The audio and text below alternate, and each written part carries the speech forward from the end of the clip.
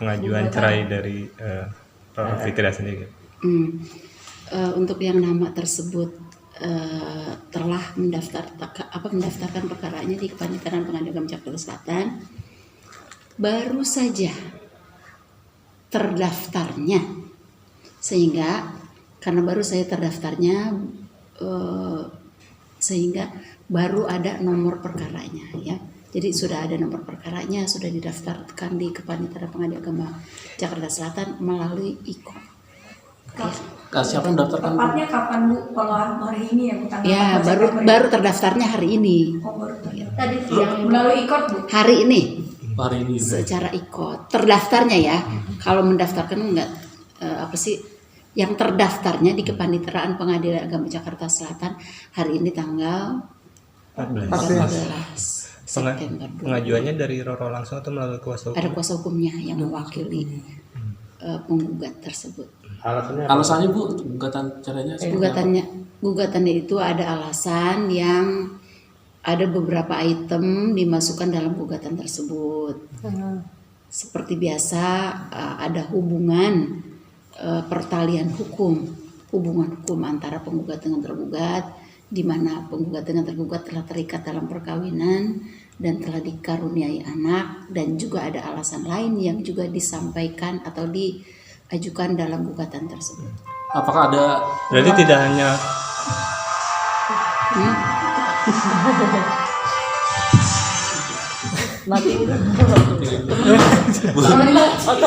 Bu, apakah juga gugatannya ada menyangkut masalah KDRT juga Bu? Menyangkut masalah KDRT juga? Alasan saya tidak dapat memberikan informasi karena ini masih baru saja didaftarkan ya, dalam proses gitu. Yang jelas tadi sudah saya sampaikan bahwa ada hubungan hukum antara penggugat dengan tergugat dan berbagai rangkaian peristiwa yang terjadi dalam kehidupan rumah tangganya. Dan apakah nanti ke depannya sudah ada jadwal untuk jadwal sidang sendiri? Untuk persidangan belum ditentukan sidangnya karena baru ditentukan penetapan majelis hakimnya. Jadi majelis hakimnya baru ditetapkan hari ini, tetapi belum ditentukan tanggal persidangannya. Biasanya berapa lama Bu dari penentuan majelis hakim ke sidang? Biasanya nggak lama, antara 1 sampai 2 minggu. Biasanya. Ada tuntutan khusus? tuntutan dari untuk tuntutannya antara lain itu tadi permintaan agar dikabulkan gugatannya bercerai dengan tergugat, terus permintaan akibat dari perceraian tersebut seperti ada akibat hukumnya lah, dan juga mohon untuk ditetapkan anak itu berada dalam asuhan penggugat serta biaya hidupnya. Gitu. hanya gugatan cerai aja Bu atau Itu tadi berbagai jenis, jadi cerai dan akibat hukum dari perceraian tersebut serta menuntut agar ditunjuk sebagai pengasuh dan pemelihara dari anak. Apakah ada spesifik untuk biaya hidup per bulannya berapa yang dituntut Bu? Ya ada. Ada. Puluhan juta ya kisarannya. Nilainya kami belum bisa sampaikan. Nanti dalam proses nanti juga akan ketahuan apa yang diminta ya.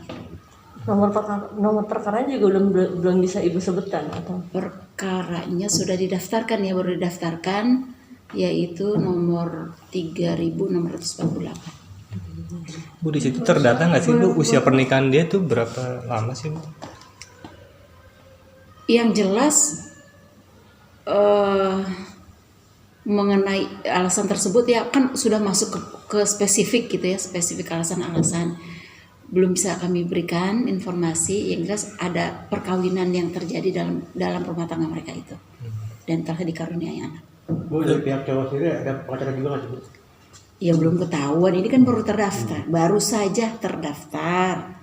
Kita lihat nanti di proses persidangan, kalau dia maju masuk dalam persidangan dan dia mengutus orang lain sebagai wakil atau kuasanya, baru ketahuan. Karena belum ketahuan, baru penggugat saja yang diwakili oleh kuasa hukumnya didaftarkan melalui e-court.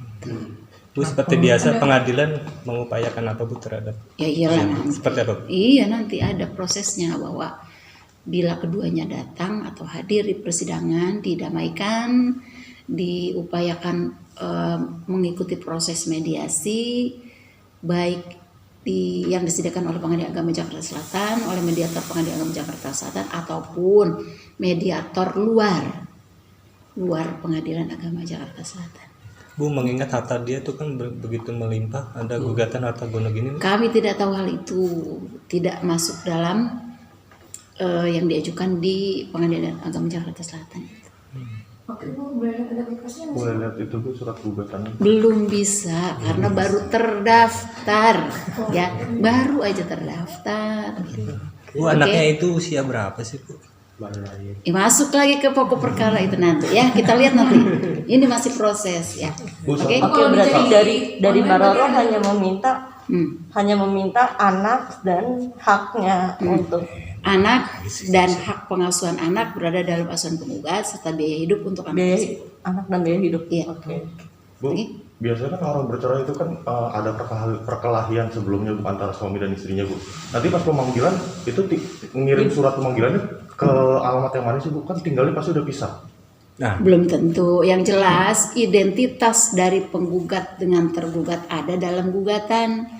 Berdasarkan hal tersebutlah, berdasarkan secara formil ya, yang penggugat ajukan itulah di sana dialamatkan atau dipanggil baik pihak penggugat maupun tergugat. Kalau penggugat karena melalui kuasa hukumnya secara ikot, maka penggugat kuasa hukumnya yang dipanggil. Sedangkan tergugat secara formil dipanggil di alamat tergugat di alamat yang penggugat ajukan. Nah saat ini tergugat alamatnya di mana Bu? berbeda, Bu. Yang jelas ada alamatnya. Berbeda atau masih sama? Berbeda apa masih satu rumah? Berbeda.